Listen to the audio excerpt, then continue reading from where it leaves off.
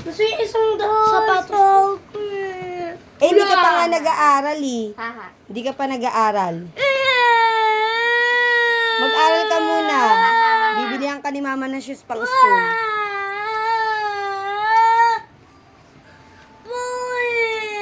Hindi ka pa nag-aaral. Mag-aral ka ha. Bibilihan ka ni mama ng shoes. Bakit? O sige, pagbalik ni Mami Owen, bilihan kita ng shoes ha.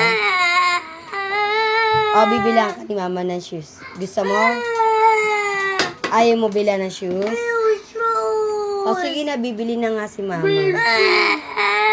Ano ba? Gusto mo shoes? O sige, kuha ka na sa'yo. Ano ba dyan gusto mo? Watermelon.